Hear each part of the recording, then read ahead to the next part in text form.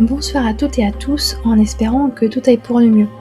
Je suis Amanti et comme chaque mercredi soir, je vous raconte des histoires de crimes, de disparitions ou de faits étranges. Si mon contenu vous plaît, n'hésitez pas à vous abonner à la chaîne pour me montrer votre soutien et à liker la vidéo. Patricia, 49 ans, sort faire un petit jogging sous les coups des 4h du matin, le 14 février 2011, dans son petit village de Bouloc, avant de se rendre à son travail. Mais elle ne reviendra pas. Son corps est retrouvé le 29 mars 2011 dans un trou d'eau, caché aux abords d'une route isolée. Une mort violente, pas de témoin direct, pas d'ADN utilisable. Un suspect, mais pas d'aveu. Qui a tué Patricia Bouchon et pourquoi? Je suis rentrée dans les détails.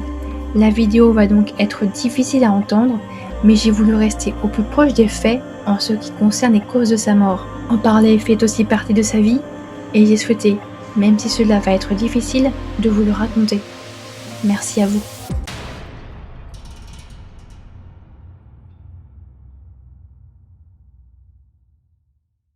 Sa disparition.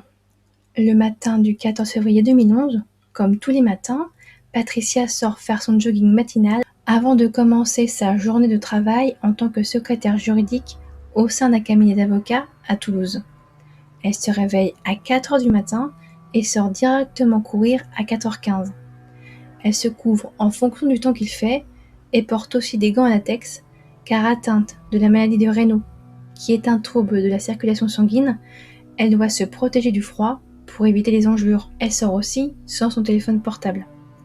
Le trajet est toujours le même, il dure 35 minutes maximum.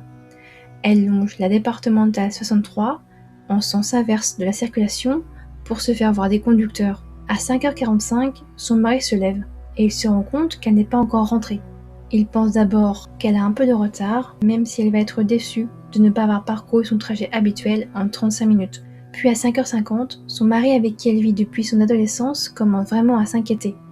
Il va voir le gérant de la station-service qui la voit passer tous les matins, mais aujourd'hui il ne l'a pas vue. Il appelle les gendarmes qui prennent la disparition très au sérieux. À 7h15, ils sont là. Une enquête pour disparition inquiétante est lancée aux premières lueurs du jour. L'enquête. Les gendarmes parcourent le trajet du jogging de Patricia car elle effectue toujours le même. Dès le lendemain, ce ne sont pas moins de 300 gendarmes qui sont à sa recherche et qui bouclent le village de 4000 habitants. Ils enquêtent sur la famille, pas de dispute, pas de divorce en vue. Patricia a certes quelques tocs en ce qui concerne l'alimentation, l'hygiène et la propreté, mais elle est en bon terme avec ses proches. Du Blue Star est pulvérisé dans la maison d'une propreté irréprochable pour révéler d'éventuelles traces de sang, mais rien. On va analyser son ordinateur ainsi que son téléphone portable, mais rien de suspect non plus. Patricia n'a aucune raison de disparaître ou de mettre fin à ses jours. Nous sommes à la fin du 15 février et le premier élément inquiétant est présenté à la famille, un chouchou. Le 14 février au petit matin, les habitants d'un petit lotissement retrouvent devant leur maison des traces de pneus. Quelqu'un a fait demi-tour dans la précipitation et a même failli rentrer dans leur clôture. Donc il y a une grosse trace de pneus dans la boue. Ils signalent cela aux gendarmes le jour même ou le lendemain qui se rendent sur place. Ils découvrent des effets personnels de Patricia Bouchon, éparpillés sur 3 scènes de crimes différentes, espacées de 110 mètres. Un chouchou qu'elle met pour courir, un piercing, et ils découvrent un peu plus loin dans l'impasse une mare de sang de 30 cm de long sur 25 cm de large qui s'enfonce jusqu'à 5 cm de profondeur, ainsi qu'une mèche de cheveux. En ce qui concerne la mare de sang, selon les sources, cette mare de sang sera attribuée à un animal et pour d'autres, ce serait vraiment le sang de Patricia. Mais en s'enfonçant sur la scène de crime, s'enfonçant dans l'impasse, d'autres traces de sang seront découvertes. Et selon les estimations, Patricia aurait perdu environ 1 litre de sang. Mais il n'y a pas de corps. Donc une chose est sûre maintenant, quelqu'un a récupéré le corps de Patricia et l'a mis dans une voiture ou un fourgon. Un crime a donc eu lieu dans cette impasse non éclairée, un petit peu à l'écart de la route, un lieu où Patricia n'aurait jamais mis les pieds de son plein gré. Interrogés, des habitants d'une maison toute proche diront avoir été surpris en pleine nuit par des cris. Mais il était un petit peu plus de 4h30 du matin, ils ont été surpris par les hurlements, se sont levés, les cris avaient cessé et ils n'ont rien vu. Quelques instants plus tard, ils vont entendre une voix masculine, en pleurs, répétant à de multiples reprises « Excuse-moi, excuse-moi ». Puis, quelques secondes plus tard, une voiture va quitter l'impasse. Un autre témoin, un automobiliste cette fois, se rend à la gendarmerie le 19 février 2011, donc vraiment très peu de temps après sa disparition. Il dira avoir croisé Patricia alors qu'il se rendait au travail. Il dira aussi que c'était la première fois qu'il la croisait, qu'il avait été surpris, car cela fait 15 jours seulement qu'il avait commencé ce travail de livreur. Et Patricia, elle, avait une entorse ou une fracture ou quelque chose comme ça, qui l'avait empêché de courir pendant plusieurs semaines. Donc ce 14 février, c'était son jour de reprise. Et sur sa route, très peu de temps après qu'il ait croisé Patricia, donc une joggeuse en pleine nuit, qui l'a un petit peu surpris, il a failli percuter une voiture, parce qu'elle s'était arrêtée tout feu éteint en plein milieu de la route, ou alors sur le bas-côté, ça va dépendre aussi des sources, malheureusement il y a quelques discordances selon les sources. En tout cas, il va manquer de la percuter, il va frôler la voiture, s'arrêter au niveau du conducteur, avoir peut-être quelques propos déplacés, mais en tout cas, il va passer à quelques centimètres de son visage. Il dira que l'intérieur était éclairé par le plafonnier, et donc il va donner une description assez détaillée du conducteur. Il donnera aussi la marque de la voiture, une Clio blanche ou grise de série 1. Alors peut-être qu'avec l'obscurité et l'éclairage de la ville, il a simplement mal distingué les couleurs. Mais il ne faut pas effrayer le suspect, donc le portrait robot ne sera pas diffusé dans la presse. Après tout, peut-être qu'à ce moment-là, les enquêteurs ont peut-être deux scénarios en tête. Soit Patricia est malheureusement déjà décédée, ou alors elle est prisonnière quelque part. Et si le portrait robot est diffusé, que le suspect se reconnaît sur ce portrait robot, dans la panique, il pourrait tuer Patricia et s'enfuir. Également, les enquêteurs fouillent les bois et les plans d'eau à sa recherche. Donc, peut-être que déjà dans leur esprit, il y a malheureusement plus de probabilités que Patricia soit morte le jour de sa disparition. La découverte du corps. Le temps passe et les chances de retrouver Patricia s'amenuisent. Les recherches ne donnent rien. Cela fait déjà plus d'un mois que Patricia s'est volatilisée pendant son jogging. Le 29 mars 2011, on est en début d'après-midi et un membre de l'association de chasse reçoit un coup de téléphone d'un agriculteur. Il pense qu'un chien de chasse, porté disparu depuis quelques jours, s'est réfugié sous un petit pont en bord de route. À la nuit tombée, il enfile des bottes et va vérifier. Il retourne sous le petit pont, mais la masse qu'il voit n'est pas ce qu'il croit. Il s'approche et découvre le corps de Patricia dans un petit trou d'eau en bord de route sous un petit pont en partie immergé. Le corps de Patricia Bouchon est découvert le 30 mars 2011 à 12 km du lieu où elle a disparu. Dans la journée, la famille est prévenue et auront à son mari Christian l'alliance que Patricia avait encore autour du doigt. Les clés de son domicile par contre ne seront pas retrouvées. Les gendarmes, spécialisés en sciences du comportement, sont formels. Le tueur est intelligent. Après le crime, il est parvenu à prendre sur lui pour déplacer le corps, pour laisser le moins de traces possible. Et il a caché le corps dans un lieu isolé, où il serait peut-être plus long à être découvert, et l'eau lui a peut-être servi à effacer ses traces. Une autopsie révélatrice. La mort de Patricia a été très violente. Des cheveux ont été arrachés, elle a reçu un coup de pied à la tête, c'est pour le moment une hypothèse. Puis, elle a été projetée au sol. Ses vertèbres et son crâne ont été enfoncés par des coups très violents. Patricia a été secouée avec une violence telle qu'elle est devenue paraplégique. Incapable de se défendre face à son agresseur, elle a reçu 3 coups très violents à la tête. Les coups ont été portés avec un objet contondant qui n'a pas été identifié.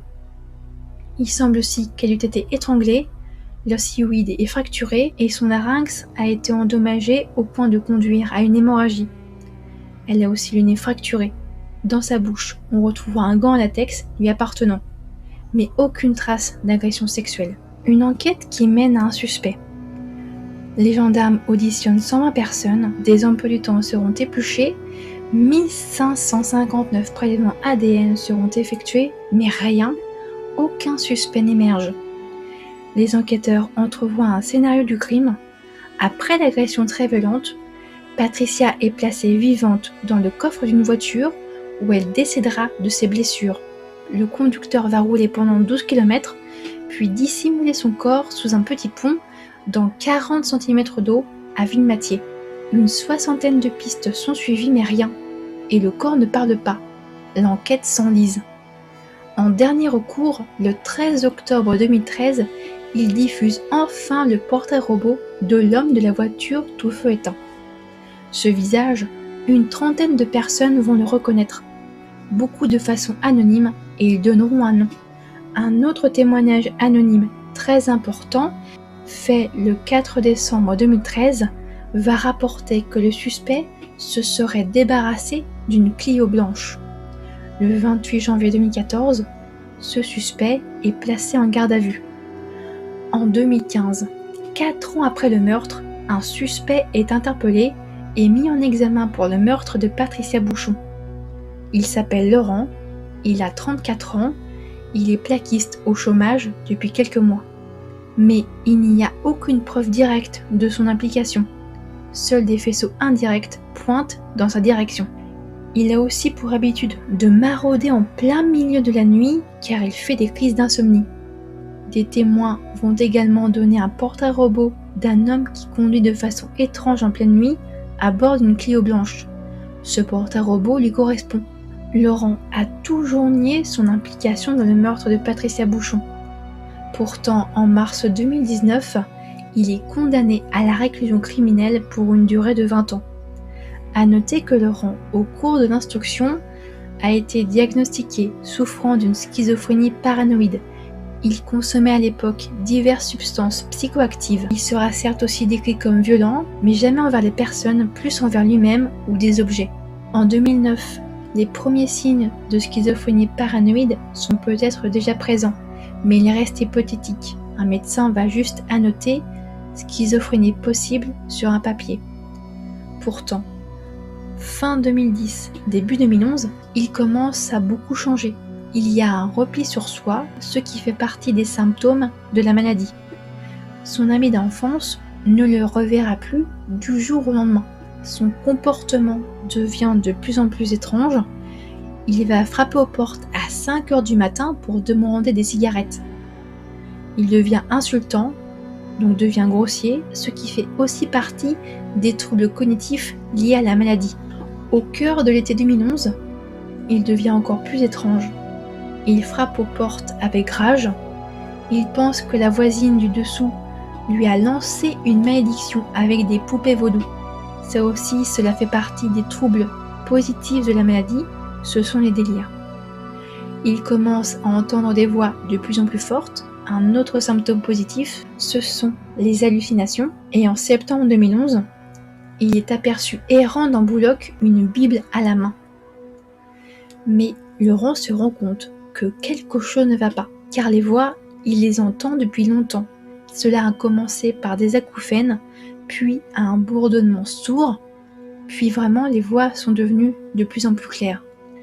Alors, le 23 février 2011, il demande à un ami de le conduire aux urgences psychiatriques à 30 km de Boulogne. La médecin psychiatre le place en arrêt maladie et lui donne un traitement qui, selon Laurent, ne fonctionne pas. Mais en général, les traitements contre la schizophrénie paranoïde ou l'ensemble des schizophrénies ne traitent que les symptômes positifs, donc tout ce qui va être délire et hallucination, mais malheureusement pas le reste des symptômes. Donc tout ce qui va être troubles cognitifs, tout ce qui va être symptômes négatifs vont persister, ce qui peut laisser penser au patient que le traitement ne fonctionne pas.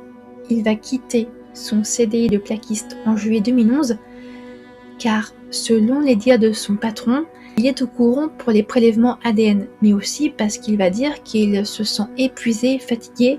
Ça aussi, ça fait partie des symptômes.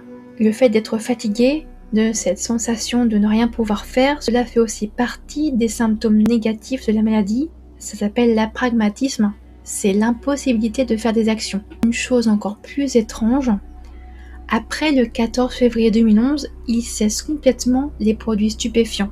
Laurent fera appel de cette décision en 2020 probablement, Et en 2021, le procès en appel va se tenir et le reconnaître coupable une nouvelle fois des faits. Il sera condamné à une peine de 20 ans de réclusion avec un suivi socio-judiciaire de 20 ans également. Alors, schizophrénie ou culpabilité, ou simplement les premiers symptômes de schizophrénie étaient présents avant le 14 février 2021, mais n'ont pas été traités. Le témoignage du conducteur va aussi beaucoup évoluer. Bon, ça peut donner un indice sur le fait qu'il mente ou pas. En général, quand on apprend son texte, du coup, le témoignage va très peu évoluer. Là, il va changer dans ses horaires, entre 4h et 4h30, alors que Patricia, on en est sûr, elle est partie à 4h15 parce qu'elle est réglée comme une horloge. La couleur va changer, elle va passer de blanc à gris, puis anthracite. Et ensuite, il va dire qu'il va prendre le péage pour travailler. Alors qu'en fait, pendant plusieurs interrogatoires, il dira le contraire, qu'il prend jamais le péage pour aller à son boulot. Et que ce jour-là, il a pris le péage et qu'il aurait pris une sortie qui n'existe pas. Il y a eu un autre témoignage que les gendarmes n'ont pas pris en compte parce qu'ils l'ont peut-être jugé pas pertinent. C'est la fille du garagiste qui voyait Patricia aller au boulot tous les matins parce qu'elle prenait le bus qui est juste à côté. Elle va se souvenir que cette nuit-là, très tôt dans la nuit, elle va entendre quelqu'un qui tape violemment le pare-choc de sa voiture. Elle va dire que le modèle c'est une Clio série 1 de couleur anthracite. Mais pourtant la voiture qui a pris la fuite dans la passe n'a pas eu d'accident. Et Patricia n'a pas été renversée par un véhicule parce que lors de l'autopsie, on s'en serait rendu compte. Elle aura eu de gros hématomes au niveau du torse. Le lendemain matin, après le passage des éboueurs, elle va découvrir 3 sacs noirs avec une inscription « Communauté de communes de Villeneuve-sur-Tarn ». Elle va les fouiller et à l'intérieur, elle va découvrir du papier blanc. Donc elle va dire ça aux enquêteurs, mais ils vont peut-être pas juger ça super pertinent. Pourtant, elle va dire que ce n'est arrivé qu'une seule fois. La schizophrénie n'excuse rien. Je vous ai simplement mis en parallèle certains des troubles liés à la schizophrénie par rapport à certains témoignages d'amis, de proches ou d'autres personnes. Mais comme vous le voyez, il est incarcéré, donc selon des experts, il n'y a pas eu abolition du discernement.